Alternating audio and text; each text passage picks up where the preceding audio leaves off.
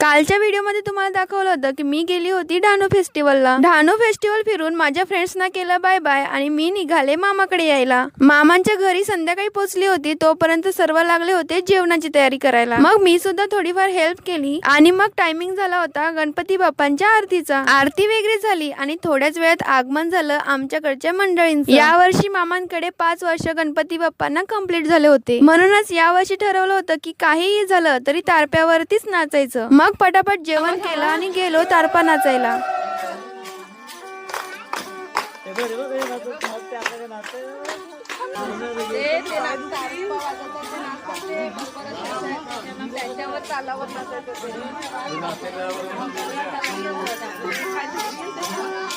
सध्या आपल्याकडे तारपा वाजवणारे, ढोलकी वाजवणारे खूप कमी झाले. आताच्या पोरांना बेंजो वाजवायला सांगितलं तर लगेच वाजवतील, पण तेच तारपा आणि ढोलकी वाजवायला सांगितलं तर कोणाला जास्त जमतच नाही. पण आमच्या दादाच्या मुलाला ढोलकी वाजवायला खूप जास्त आवडते. त्याने इतकी छान ढोलकी वाजवली की घरातले सर्व सरप्राईजच झाले होते. आमच्या घरच्यांनी त्याचं कौतुक तर केलं आणि पुढे वाजवत राहण्यासाठी त्याला अप्रिशिएट पण केलं. खूप वेळ नाचून थकलो होतो म्हणून थंड पिलं. सर्वांनी तिथे ब्रेक घेतला होता, तेवढ्यात नक्षू पण गेला होता ते ढोलकी वाजवायला. बहुतेक भावी ढोलकीवालाच होणार आहे हा. आणि मग पुन्हा लागलो नाचायला.